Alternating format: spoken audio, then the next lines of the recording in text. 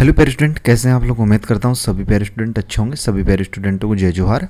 तो finally students, बात करेंगे अपन इस वीडियो में आपके प्रोजेक्ट कार्य त्रैमासिक आकलन 2025 कक्षा 7वीं और विषय यहाँ पे आपकी माह है आपका सितंबर। ठीक है, तो जो सितंबर माह में जो आपका त्रैमासिक आकलन था उसके लिए जो आपको प्रोजेक्ट कार्य दिए गए हैं उनके सॉल्यूशंस अपन इस वीडियो में कवर करने वाले हैं। ठीक है, क्लास यहाँ पे आपकी 7th रहने वाली है। पूर्णांक की बात करें तो पूर्णांक आपका 20 अंक है और समय यहाँ पे आपका 1 सप्ताह है। मतलब प्रत्येक सब्जेक्ट का आपका 20 अंक का जो है यहाँ पे प्रोजेक्ट कार्य होता है। और उम्मीद करता हूँ आपके एग्जाम्स जो हैं वो कंप्लीट हो गए होंगे। अगर आप किसी एग्जाम आपका बाकी है तो मैंने ऑल सब्जेक्ट्स के जितने भी क्वेश्चन पेपर हैं सभी के सॉल्यूशंस चैनल पे अपलोड कर रखे हैं। तो आपको जो भी वीडियो देखनी हो जिस भी सब्जेक्ट की वो चैनल पे अपलोड है, उसमें देख सकते हो। बाकी देखो, यहाँ पे प्रोजेक्ट कार्य के लिए बच्चों को 1 सप्ताह का समय दें, ये सामान्य निर्देश है। बच्चों को प्रोजेक्ट कार्य स्वयं बनाने में प्रोजेक्ट संबंधी खोज करने के लिए प्रेरित करें। ठीक है, इस तरीके से ये सामान्य निर्देश है। नोट भी यहाँ पे दे रखा है कि प्रत्येक विषय से कोई 2 प्रोजेक्ट आपको बनाने हैं और प्रत्येक प्रोजेक्ट पर 10 अंक है। देखिए, और पिछले वीडियोस में मतलब मैंने एक वीडियो अपलोड हो गई है अपनी, तो उसमें अपन ने अंग्रेजी का सॉल्यूशन जो है वो कंप्लीट कर लिया। अगर अंग्रेजी की वीडियो आपने नहीं देखी है तो वो जरूर देख लीजिएगा, उसमें आप अपना जो है चैनल पे अपलोड है अंग्रेजी की वीडियो। इस वीडियो की बात करें तो इस वीडियो में अपन हिंदी का सॉल्यूशंस देखेंगे। काफ़ी ज़्यादा कमेंट आए थे आपके कि भैया पहले हिंदी का सॉल्यूशंस करवाइए, तो इस वीडियो में अपन हिंदी का सॉल्यूशंस देखेंगे। देखिएगा, 3 प्रश्न दिए गए हैं, तीनों में से किन्हीं 2 प्रश्न को आपको करना है। चाहे तो आप 3 भी लिख सकते हैं, कोई दिक्कत नहीं है। देखो, पहला प्रश्न है कि अपनी माँ और राष्ट्रमाता में आपको क्या फ़र्क लगता है, आपके क्या विचार हैं, कारण सहित बताइए। ठीक है, ये कारण है, कारण सहित लिखिए। तो जो एक तो अपनी माँ होती है जो जननी, ठीक है, जिसे अपन जननी कहते हैं। अपनी माँ क्या होती है? जननी, जो अपने को जन्म देती है वो अपनी माँ।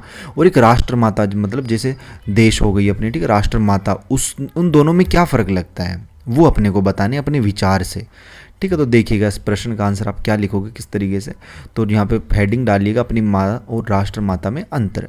तो देखो, अपनी माँ और राष्ट्रमाता में मुख्य अंतर उनके संबंधों के दायरे और प्रकृति में निहित है।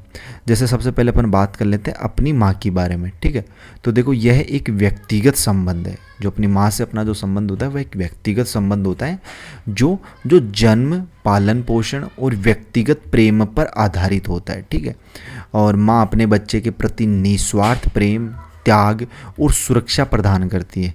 यह संबंध भावनात्मक और जैविक होता है। तो इस तरीके से लिखना है। फिर राष्ट्रमाता के बारे में आपको लिखना है। तो राष्ट्रमाता के बारे में क्या लिखोगे कि यह एक प्रतीकात्मक संबंध है जो एक राष्ट्र के सामूहिक प्रेम, सम्मान और पहचान को दर्शाता है। राष्ट्रमाता जैसे भारत माता हो गई, तो देश के सभी नागरिकों के लिए एक माँ के समान होती है जो एकता, संस्कृति और स्वतंत्रता का प्रतीक होती है। यह संबंध व्यक्तिगत न होकर सामूहिक और वैचारिक होता है। संक्षेप में अगर बात करें तो अपनी माँ से हमारा व्यक्तिगत और भावनात्मक जुड़ाव होता है, जबकि राष्ट्रमाता से हमारा सामूहिक और वैचारिक जुड़ाव होता है जो राष्ट्रभक्ति की भावना को दर्शाता है। तो बहुत ही सिंपल तरीके से ये आंसर लिखा गया है और बहुत ही सटीक तरीके से। ठीक है, तो अगर इस तरीके से आप लिखते हो तो आपको जो है यहाँ पे 10 नंबर इजीली इस प्रश्न में मिल जाएंगे। ठीक है, तो इस तरीके से आपको इसका आंसर करना है। बाकी अपन नेक्स्ट प्रश्न यहाँ पे देख लेते हैं। देखिएगा, शरद ऋतु के सुंदरता के वर्णन करो। ठीक है, शरद ऋतु जो है उसकी सुंदरता का यहाँ पे आपको वर्णन जो है वो करना है। ठीक है, और पेरेंट आपसे रिक्वेस्ट है, अगर चैनल पे पहली बार हैं आप लोग, चैनल को आपने अभी तक सब्सक्राइब नहीं किया है तो वेट किसका कर रहे हैं, चैनल को जरूर सब्सक्राइब कीजिए। बेल का जो नोटिफिकेशन है ना उस पर आप लोग ऑल पे सेट कर लेना, ताकि जैसे नेक्स्ट वीडियोस अपलोड होंगे ना आपके अदर सब्जेक्ट्स के तो उनके नोटिफिकेशन आप तक पहुँच पाएँ। तो देखिएगा, अपन शरद ऋतु के बारे में यहाँ पे लिखते हैं। तो शरद ऋतु की सुंदरता का वर्णन कुछ इस तरीके से यहाँ पे कर सकते हो कि शरद ऋतु अपनी मनमोहक सुंदरता के लिए मानी जाती है, जिसमें प्रकृति कई रूपों में निखरती है। जैसे सबसे पहले बात करें अगर मौसम की, तो इस ऋतु में मौसम सुहावना होता है, न तो अधिक गर्मी और न अधिक ठंड। सुबह की हल्की ठंडक और दिन की गुनगुनी धूप मन को शांति प्रदान करती है। दूसरे नंबर पे होता है अपना प्रकृति कि पेड़ों के पत्ते रंग बदलते हैं, हरे से पीले, नारंगी और लाल रंग में परिवर्तित होते हैं। ठीक है, जो एक सुंदर दृश्य प्रस्तुत करते हैं। फूलों की नई बहार आती है और वातावरण में एक ताजगी भरी महक फैल जाती है। तीसरे नंबर पे आता है आपके त्यौहार। ठीक है, यानी यह ऋतु कई महत्वपूर्ण त्यौहार का भी समय होती है। जैसे दशहरा हो गया, जैसे अभी दशहरा आने वाला है 2 अक्टूबर को, ठीक है, तो अभी अभी आपने नोटिस किया होगा कि थोड़ी थोड़ी हल्की हल्की अब जो है मतलब ज़्यादा न तो गर्मी है और न ही ज़्यादा ठंडी है, ठीक है, बीच का सा मौसम है। तो दशहरा आने वाला है, फिर उसके बाद में दिवाली आ जाएगी, ठीक है, तो दिवाली के टाइम पे भी ऐसा ही मौसम रहता है, ठीक है, न तो अधिक गर्मी होती है न अधिक ठंड, बीच का सा मौसम। फिर छठ पूजा आएगी जो उत्सव और उल्लास से भरे होते हैं। वातावरण की बात करें तो सुबह की ओस की बूंदें, साफ नीला आकाश और शांत वातावरण शरद ऋतु की सुंदरता को और बढ़ा देता है। तो इस तरीके से स्टूडेंट्स आपको जो है इन क्वेश्चनों का यहाँ पे आंसर कर लेना है। सेकंड प्रश्न का इस तरीके से अगर आप लोग लिखते हैं तो आपको 10 नंबर इजीली यहाँ पे मिल जाता है। बाकी अगला प्रश्न अपन देख लेते हैं। देखिएगा 3rd नंबर पे प्रश्न है आपका, ठीक है, तीसरा प्रश्न हो रहा है। करने आपको 2 ही हैं आपके नोटबुक में, ठीक है, करने आपको 2 ही हैं, लेकिन कुछ स्टूडेंट कहते हैं कि भैया हम 3 प्रश्न करते हैं, ठीक है, तीनों का आंसर बताया करें, तो तीनों भी आप लोग कर सकते हैं यहाँ पर, ठीक है, नंबर आपके बिल्कुल भी नहीं कटेंगे, ठीक है, अपनी इच्छा अनुसार चाहे तो फर्स्ट और थर्ड कर लें, चाहे सेकंड और थर्ड कर लें, चाहे, ठीक है, चाहे फिर फर्स्ट और सेकंड, किसी भी तरीके से आप लोग कर सकते हो। देखो 3rd नंबर पे क्वेश्चन दे रखा है कि चंद्रशेखर आज़ाद की जगह अगर आप होते तो क्या करते, ठीक है, जो चंद्रशेखर आज़ाद थे अगर उनकी जगह अगर हम होते तो अपन क्या करते वो अपने को यहाँ पे बताना है।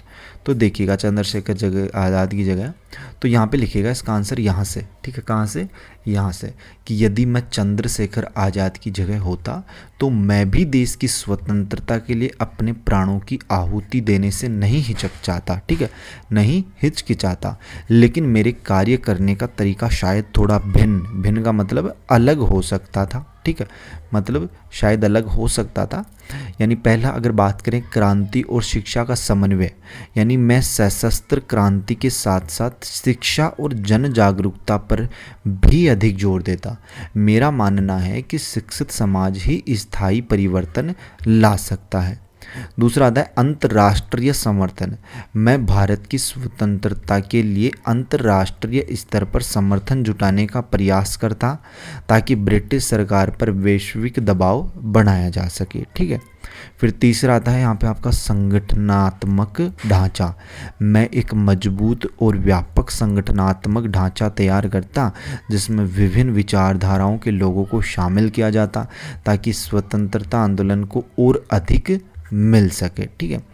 फिर आता है आपका अहिंसक प्रतिरोध, यानी कुछ हद तक मैं महात्मा गांधी के अहिंसक प्रतिरोध के सिद्धांतों का भी अध्ययन करता और देखता कि उन्हें सशस्त्र संघर्ष के साथ कैसे एकीकृत किया जा सकता है ताकि कम से कम हिंसा में अधिकतम परिणाम प्राप्त किए जा सकें।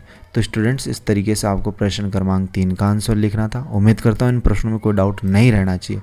फिर भी अगर कोई डाउट है तो वो आप लोग कमेंट बॉक्स में बता सकते हैं। अपन ने हिंदी का सॉल्यूशन इस वीडियो में देख लिया है, इंग्लिश की वीडियो मैंने अपलोड कर दी है। नेक्स्ट वीडियोज़ आपको अदर सब्जेक्ट्स के भी जल्द ही प्रोवाइड होंगे। कमेंट बॉक्स में बता दीजिएगा पहले आपको किसका सॉल्यूशन चाहिए, गणित का, विज्ञान का, सामाजिक विज्ञान या फिर संस्कृत, ठीक है, तो कमेंट में बता दीजिएगा।